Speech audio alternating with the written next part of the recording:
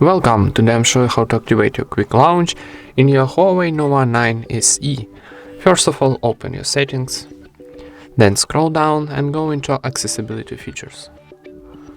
Here choose shortcuts and gestures, and first option will be your quick launch. So for example, I wanna to activate a voice, so go into, and here we got switcher, so activate this option, go back, and for example ultra snapshot. Here we got two options, take a snapshot or open camera. Maybe let's try to open camera. So need to double press the volume down,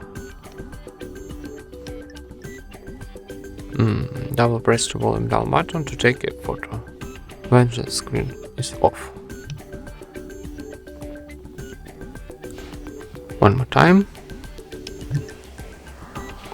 Tap next, start, and we open our camera.